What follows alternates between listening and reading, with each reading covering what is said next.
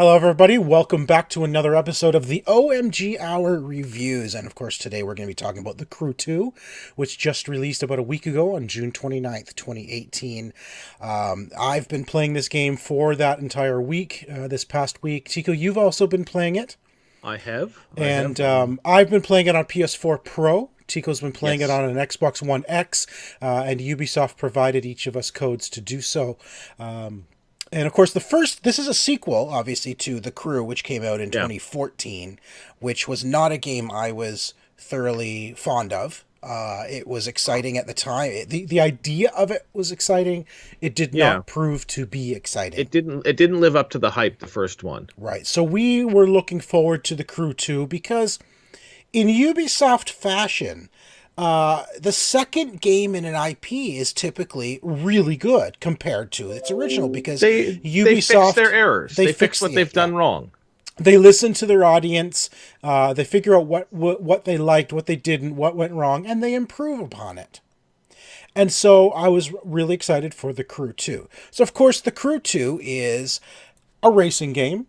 It has multiple disciplines this time. It's not just cars. You also have boats. You have planes. Lots of off-road stuff going on. Bikes. Bikes, yeah, like dirt bikes. There's dirt bike tracks, like rally tracks. And so they've added a lot more to it, which was the really exciting thing for me, was seeing all these different vehicles that you can actually play in.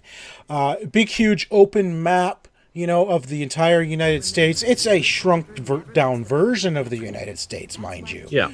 But, it is the whole United States, and there are races all over the place. There are activities you can do. There are challenges. You can set records between your friends, and then kind of challenge them to beat your record. That sort of thing. And I mean, that's essentially what The Crew 2 is. It is a racing game with multiple types of vehicles. All right, so and here's it what looks this good. It really looks very good. pretty It's game. a Very beautiful looking game, especially like the boating, the water effects is really, really well done. I give them credit for making a beautiful looking game. It controls really well. Like every vehicle controls well, feels good to drive. Well, okay, listen, I'm bad at the actual street racing part of this, but I do enjoy the boats and the planes, and the off-road stuff is fine because I just drive through trees, although it's that same random thing where, like, these 10 trees are no problem to drive through, but this twig will stop you dead in your tracks. That's a good point, as you're playing these races, I have found that a single mistake could put you from first place immediately to 8th place, struggling to keep up again. A single mistake, Yeah. And that to me is frustrating. It really is. Like, I found, even in the boating and stuff like that, I've done some of the boating and I've missed a gate.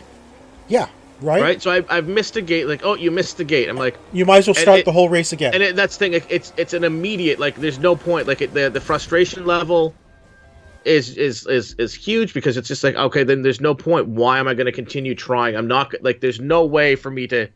Like, most of these games have some sort of an elastic AI to keep everybody close together, that sort of thing.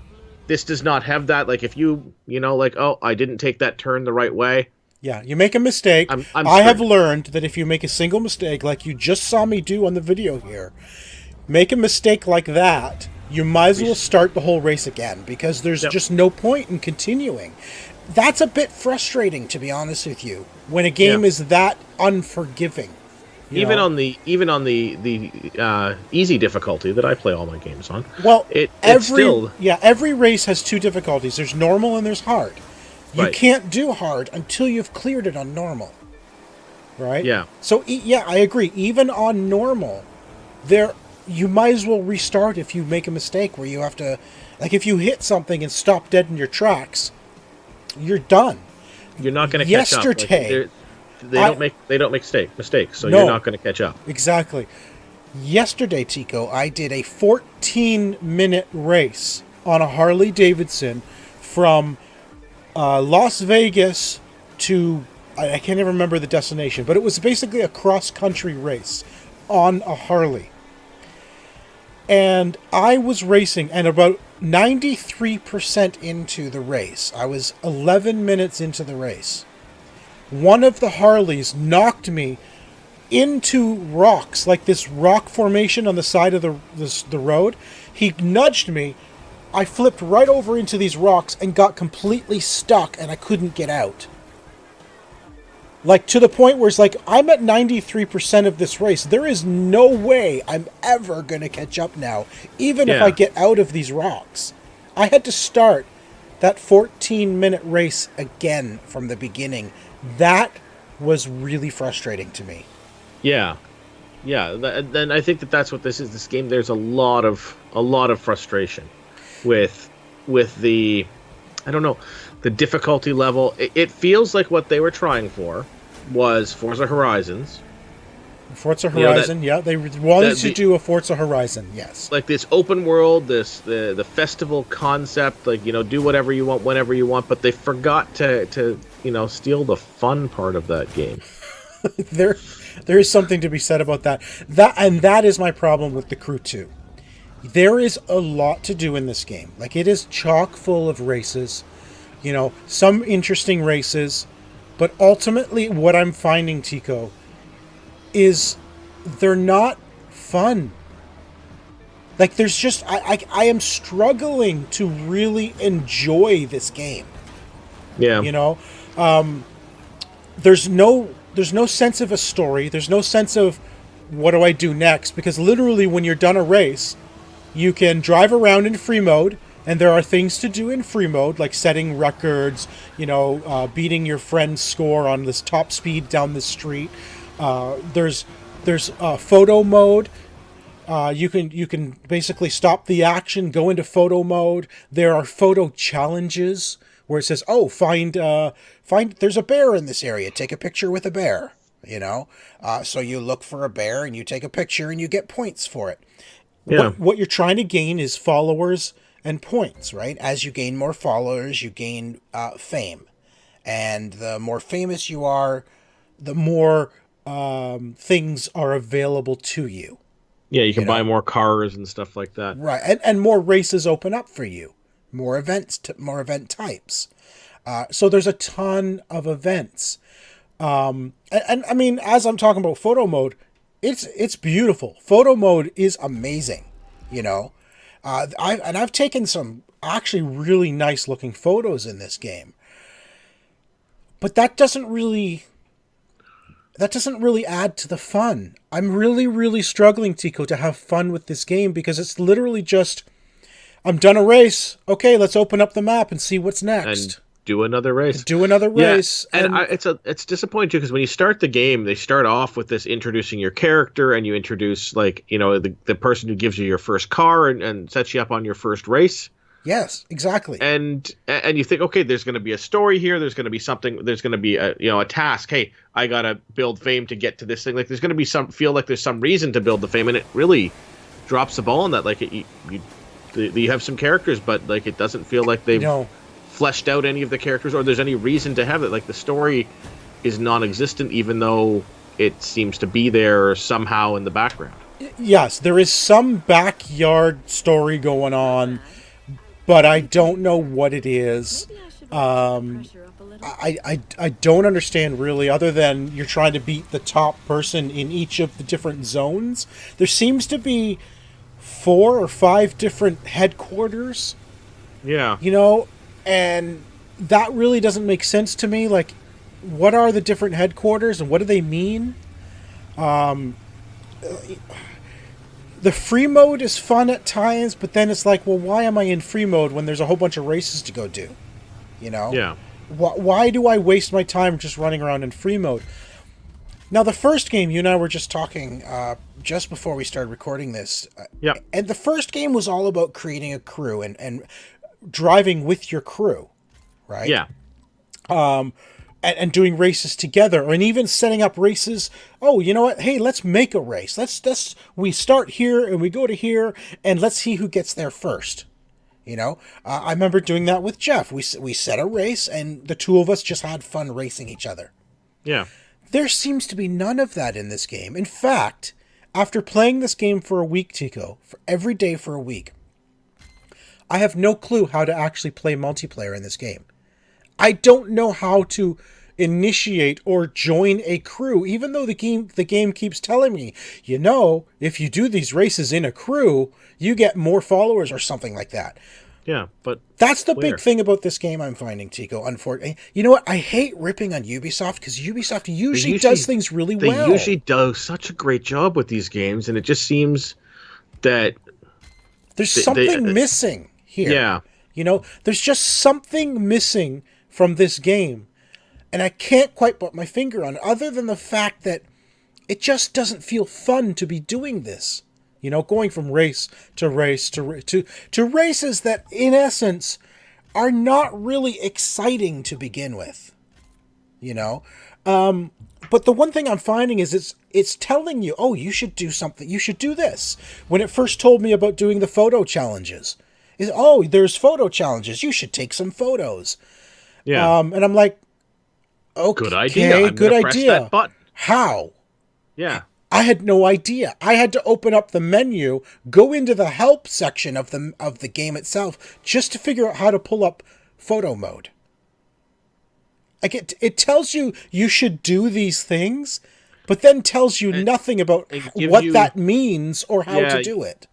Like, usually you get here's a brief tutorial video of how to do it, or go to this spot, then press X, and then go to this spot, press A to do, take your picture. Yes, and that's it. And it gives you your steps of what you need to do. It's like, now go find more of these things. Yeah. Enjoy. And it tells you nothing. Yeah. So, I don't know. I feel, like I said, I feel like there's something really missing from this game. I don't know, and unfortunately, I don't know if DLC or patches are going to help. It feels hollow. There's just no spirit to this game, Finish one list, and you'll get another. There was a time when games were literally just race after race after race. And I get that. That's where I come from, The original Need for Speed on the PlayStation was that. I finished that race, now let's go do another one, Yeah. But don't give us open world if there's nothing to do in that open world. Just give us race to race. This is an open world game that just feels empty and hollow.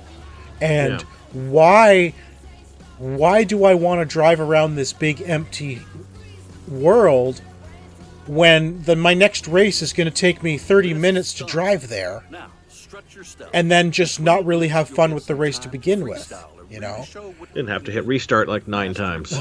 Well, maybe you. I was sorry. I was toning that number down for you. No, I reset. Well, no. I'd say that I'd probably hit a reset about 6 times before I say, okay, I'm going to play a different game. Oh wow! You're really not a good driver, are you? Oh, I'm really bad at driving games. I am. Like, Burnout is the only one I seem to be good at because it benefits you to smash people into things. I mean, there's some interesting stuff in the game. I mean, like I said, there's challenges. You come across just these things on the road that as soon as you drive through it, it opens up a challenge, This one here is just drive away as fast as you can, get as far away. You can see on the map, just behind Tico's head, there's this red bubble that keeps opening, and as it gets closer and closer to you, it's like this search radius, right? It's like a getaway car. So you have to get as far away from this ever-growing red circle as you can, and as soon as you hit the perimeter of the circle, that's the end of the challenge, and it's basically get as far as you can. And I don't know if that sets a record for the world, or if it's just a record for yourself. I don't understand. Again, it's not explained. It should set up both. Like, I imagine they're keeping global track of this, but again, it doesn't really tell you where to find that information or anything like that. And I have no idea. It doesn't say anything. So again, that's where there's a lot of confusion in this game. Listen, The Crew 2 is a gorgeous game. We've said a lot. It is a beautiful game. It plays well, okay? Don't get me wrong. The controls are really good. It's easy to fly. It's easy to drive. It's easy to ride the boats. It's lacking a hook. But it's lacking spirit, and it's lacking like excitement and fun. You know, like it wants to, as you said, it wants to be a Forza Horizon style game, but Yep. it's missing that sense of excitement that Forza Horizon brings. And I don't know how you could fix that. You know, there is a spirit missing from the Crew 2. You And you I really need some like I mean, if they really want to fix it, it's almost like I don't know if it's something you can add to the existing game. No. I think it's Crew 3. If they're going to look at that, you know, go with a proper storyline. Go with some missions, some heists, something to give you a reason. Why am I getting in this car and driving in this direction? Why am I racing this? Give me some motivation for my character. Yeah, to be doing this because you have a character. Yeah. You choose a character. You choose an avatar. You give them clothes and you can outfit them and customize your vehicles. But ultimately, it's like, why? Why am I doing this? I don't know. This is when you Yeah, it almost feels like, well, they've done this in other games, so we're going to toss in, customization because we know that people have liked it in other games. Yeah. We know people liked boats in other games, so we're going to toss in some boat stuff. And I love boating games. I love them. But anyway, I think we've said it all. That is the Crew 2 from Ubisoft, available now on PS4, Xbox One, and I believe PC. That I'm not sure about if it's on PC. But it is on the consoles right now. So thanks for joining us for this review of the Crew 2. We'll be back another day with another review. Thanks for tuning in, everybody. Take care.